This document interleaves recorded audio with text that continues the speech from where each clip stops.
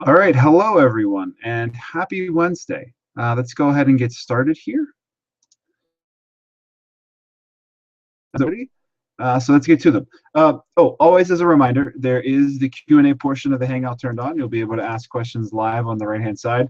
And just so you know, there is a delay between when you ask them and when I would see them. So please ask them early as opposed to the last minute. Otherwise, I will catch up with your question next time. So, all right, let's get rolling here. So our first question comes from Martin. And Martin has said that he's seen others recommend creatine as the only truly beneficial and benevolent supplement, and that on examine.com it rates creatine is rated rather highly as well. And Martin would like to know my thoughts on creatine. So that's a great question, Martin. So creatine is one of the most studied supplements in existence. Really briefly, creatine is something that already naturally exists in foods like meat, eggs, and fish, but you can supplement it for strength gains, and there are some benefits, neuroprotective benefits for your brain, your bones, your muscles, and liver, and it's considered like anti-aging in some aspects. There are some people that are non-responders as to the strength aspect, though. Essentially, it lets you squeeze out an additional rep or two if you're working in the lower rep ranges around 5 reps.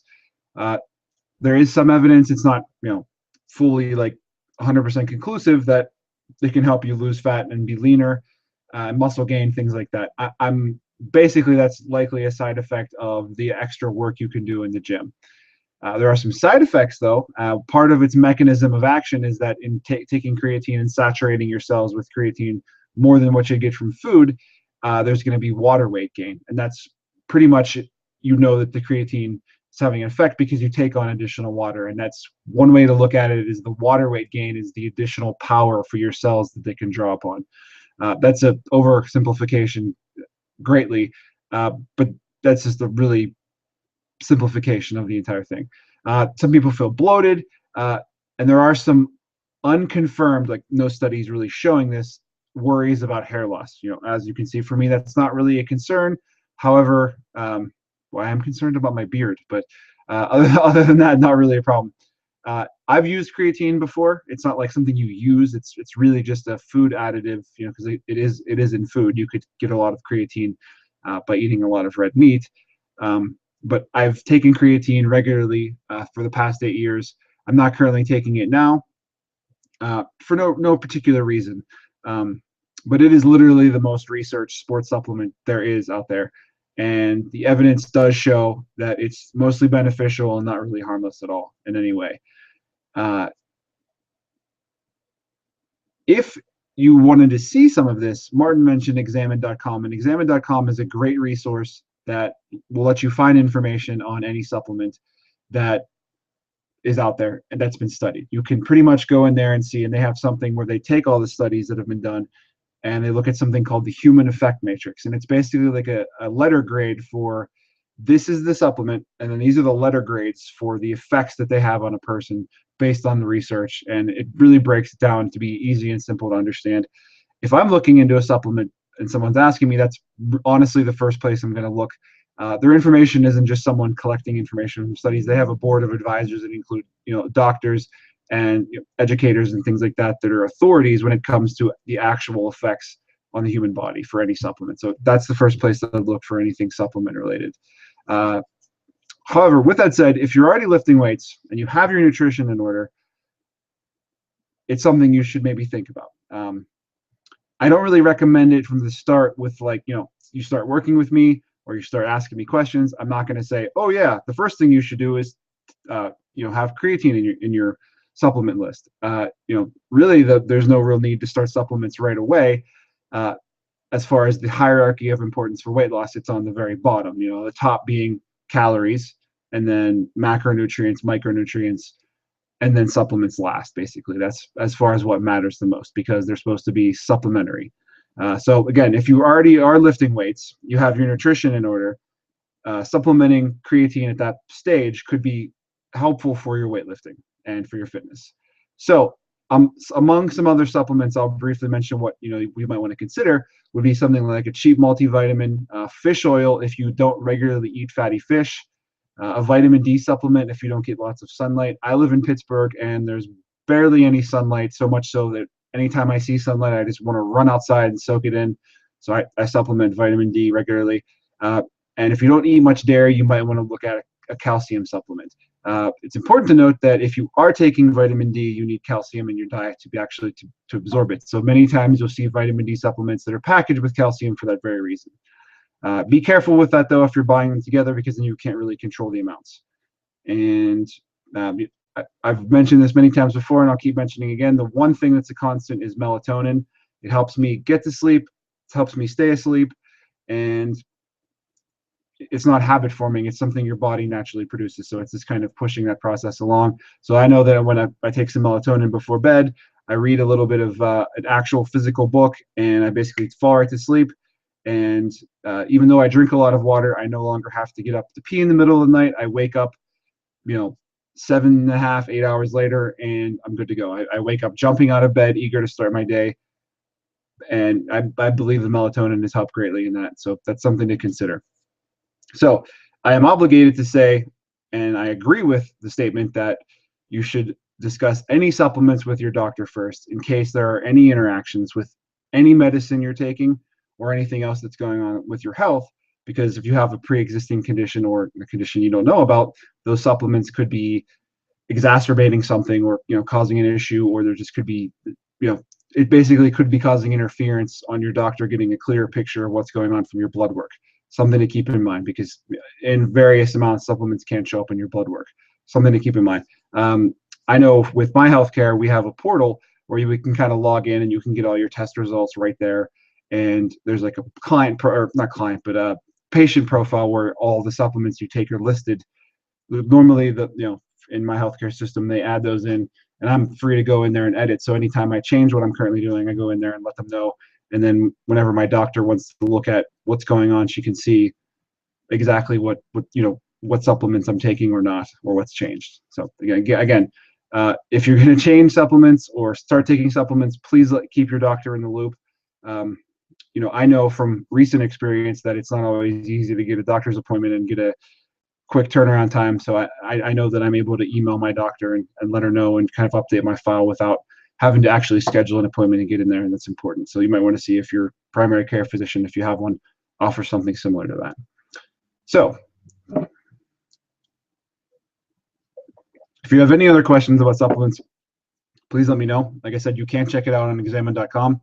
But one of the benefits of in talking to me, you can always ask me to kind of take in those multiple giant paragraphs and sum it up for you nice and concisely as best as I can. And I'm more than happy to always do that.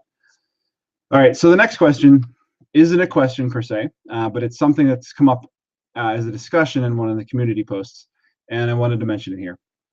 So Sean mentioned that he recently learned that he sometimes finds himself eating things solely because he feels he's not supposed to eat them. And I'm guessing, and I'm sharing because I imagine that is the case for many of us, me included. So you're not alone in that. I think it's perfectly natural to feel that way if you're under a certain mindset.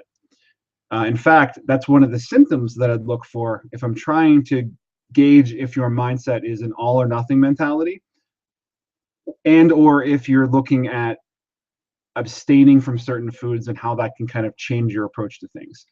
So this is a great argument against doing things like cutting out carbs or all fats, or doing a cleanse, or basically just removing entire food groups from your diet. It's an argument against that because absence makes the heart grow fonder. So the moment you take something out and are told no, you can't have it, that's when your brain says, well, then I have to have it. The second you tell me you can't have this, the more you try to avoid it, the more you actually want it deep down. It's the same effect in a way if I said, no matter what you do right now, do not think about unicorns. Don't think about unicorns. Unicorns have horns, but don't think about unicorns. I bet you just thought about unicorns. It's the same thing. So if you have to remember this rule that says, never eat grapefruit, never eat grapefruit, and you have to tell yourself that every day, you're kind of keeping grapefruit on your mind. But if you are allowed to eat anything you like and just make it fit into your calorie budget, then it's not going to be constantly at the forefront of your thought process. So that's something to definitely keep in mind. So, again, I don't ever recommend that you entirely eliminate foods that you enjoy, unless they're truly a binge trigger. And even then, that's not something that's going to say you have to be removing that from your life forever. Peanut butter used to be a binge trigger for me. I'll still have it in its regular form occasionally, but I use a peanut butter substitute instead that's a little bit lower fat. But there are things that I simply couldn't eat before. Like, for example, pizza. I used to only be able to eat a pizza and I'd have to eat the whole thing. And there are plenty of people I know that you look at them and you think that they're fit and in shape and they work out, but there are things they can't do in moderation, and that's okay. And like I said, it doesn't always have to be that way. I've gotten to the point by learning from my failures and my mistakes that I can now eat 2 or 3 slices of pizza and be satisfied with that. It requires a little bit of modification by possibly having different toppings. If I get pepperoni and mushroom, that combination of that gigantic amount of fat makes me want to overeat. But if I just get like a vegetable-based pizza, it's still pizza. I mean, bad pizza is still pizza. I'm not saying vegetable pizza is bad inherently, but even if it's bad pizza, it's still pizza, is the point. That way, I've been able to do that by also treating pizza like a side dish, having a big salad with it, that type of thing. So now I no longer have to avoid pizza, is what I'm saying. So that's something to keep in mind. So the better approach, I think, with things like avoiding specific foods is recognizing that you have a choice. It's not you must do this. This is a rule to avoid this. So when you make it a choice and you consciously are choosing something, you're accepting that all choices have consequences and costs. So you have to weigh those costs and consequences against each other, as well as what your deep down goals really are and the why of your goals. So it's really a balance. I can make a choice and I can choose to live with the consequences, but the cost is, I might get to my goal a little bit slower, or I might actually start moving in the opposite direction. But the important thing here is you still always have that choice, and the power rests in you. So if you find yourself making that choice subconsciously, you still have to recognize that it is your choice. It's always been your choice. It's inherently your choice, and no one can take that away from you. But unfortunately, no one else can make that choice for you. So in this particular case, someone having a piece of chocolate the cost of that chocolate might be to simply track the calories of the piece of chocolate by estimating the portion, and then you have to kind of take those calories out of somewhere else. No big deal. If you're going to do that, I wouldn't recommend you taking them from protein or vegetables or fiber, but you can take them from your fat and carb goals, because when you're in a calorie deficit, fat and carbs outside of fiber carbs are really kind of your lifestyle choices. And I mentioned in this particular case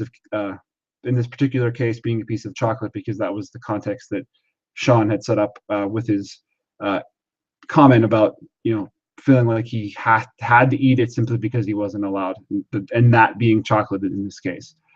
So like I said, the other consequence could be that the chocolate acts as a binge trigger, like I mentioned, and now you are craving chocolate. So the one piece of chocolate fitting into your goals simply wasn't enough. It has now set off a chain reaction where the only thing you can think of is chocolate, and it's possibly because you've been depriving yourself for so long. One thing that I may have mentioned this before, but I'll mention it again because I think it's relevant. If you get some dark chocolate, if you like dark chocolate, and get like an organic brand, Green and Black is the brand that I buy at Walmart. It's an organic chocolate, dark chocolate. I think it's delicious, and it's going to be lower in calorie. And I find that it stops chocolate cravings in their tracks if it's not a binge trigger for you. So it might be worth a shot.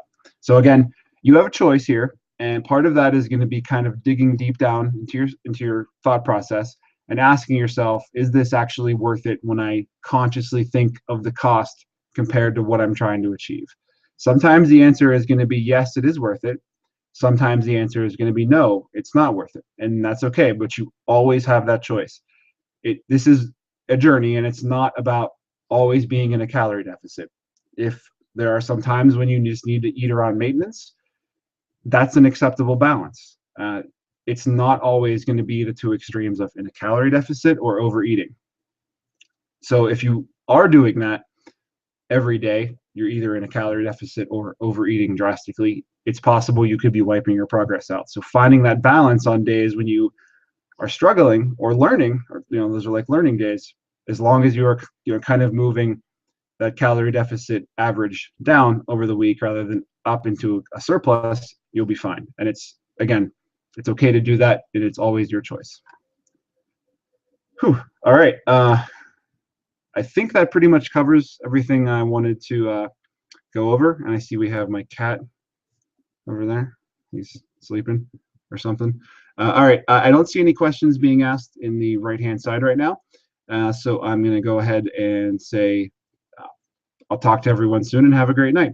All right. Take care.